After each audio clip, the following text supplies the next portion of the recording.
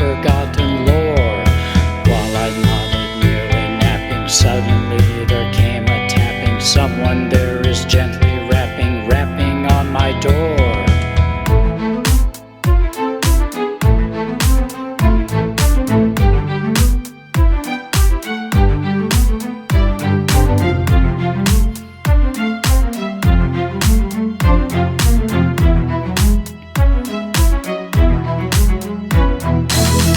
So distinctly I remember, it was in the bleak December. Separate dying embers left their ghosts upon the floor. Eagerly I wished the morrow, vainly I had sought to borrow from my book surcease of sorrow for the lost Lenore.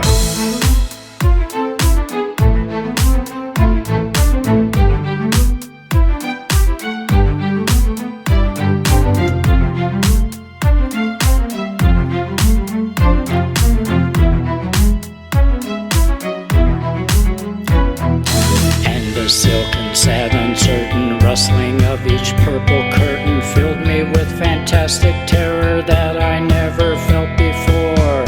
So that now, to still the beating of my heart, I stood repeating, 'tis some visitor entreating entrance at my door.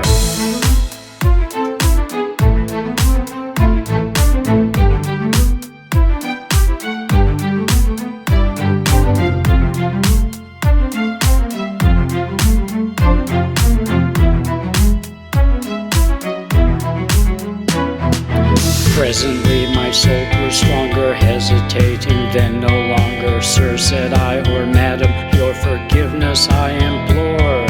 But the fact is I was napping, and so gently you came rapping, and so faintly you came tapping on my door.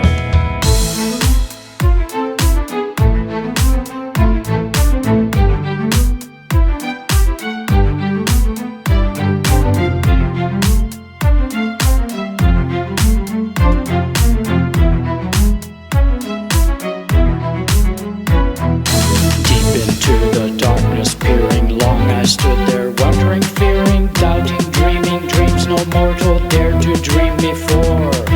Back into my chamber turning, all my soul within me burning. Soon again I heard some tapping louder than before.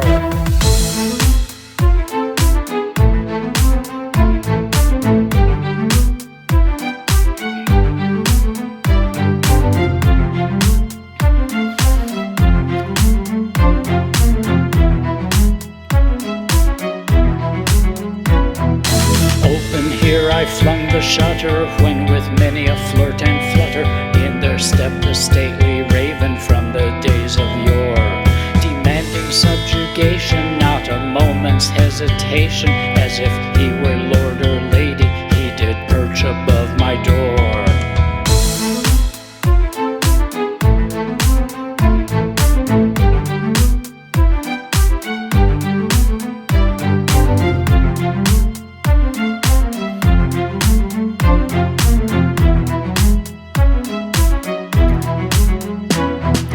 Then this bird beguiling my sad fancy into smiling, by the grave and stern decorum of the countenance it wore. Though thy crest be shorn and shaven, thou, I said, art sure no craven. Tell me what thy lordly name is on this night's Plutonian shore.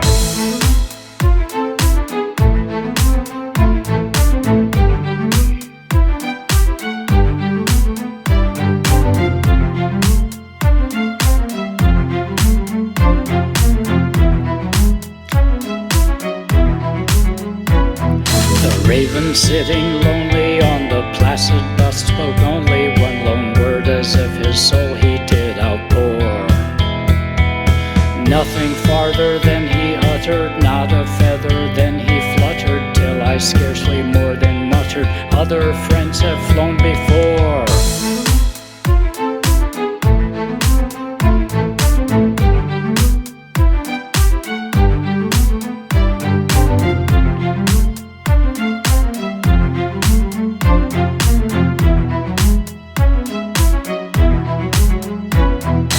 Raven still beguiling all my fancy into smiling. Straight I wheeled a cushioned seat seat in front of bird bust and the door. Then upon the velvet sinking, I betook myself to linking, fancied unto thinking of this ominous bird of yore.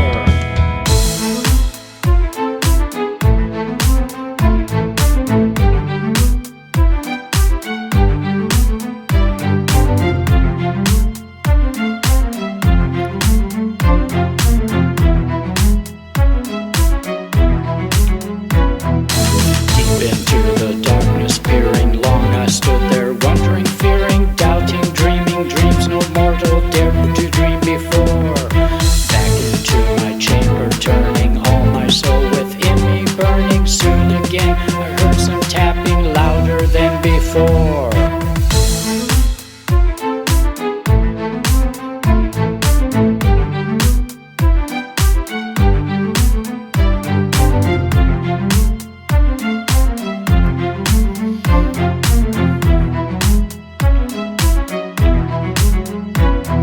I sat engaged in guessing, but no syllable expressing to the fowl whose fiery eyes now burned into my bosom's core.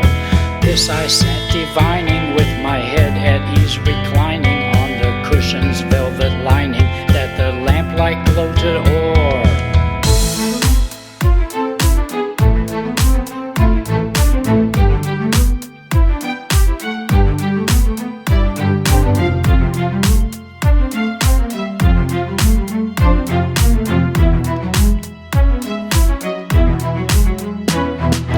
Then the air grew denser, perfume from an unseen censer, swung by seraphim whose footfalls tinkled on the tufted floor. Wretch, I cried, thy God has lent thee, by these angels he has sent thee. Give me respite and nepenthe from my memories of Lenore.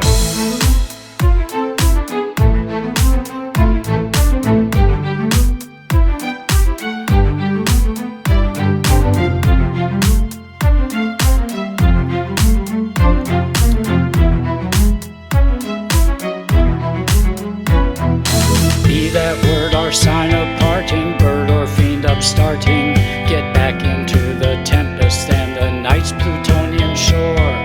Leave no black plume as token of the lie thy soul hath spoken.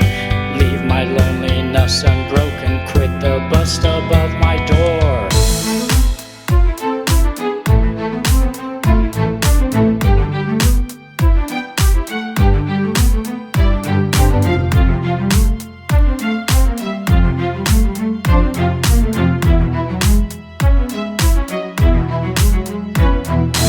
Raven never flitting, still is sitting on the pallid bust of Pallas just above my door.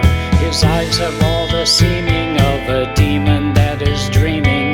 The lamp o'er him is streaming, throws his shadows on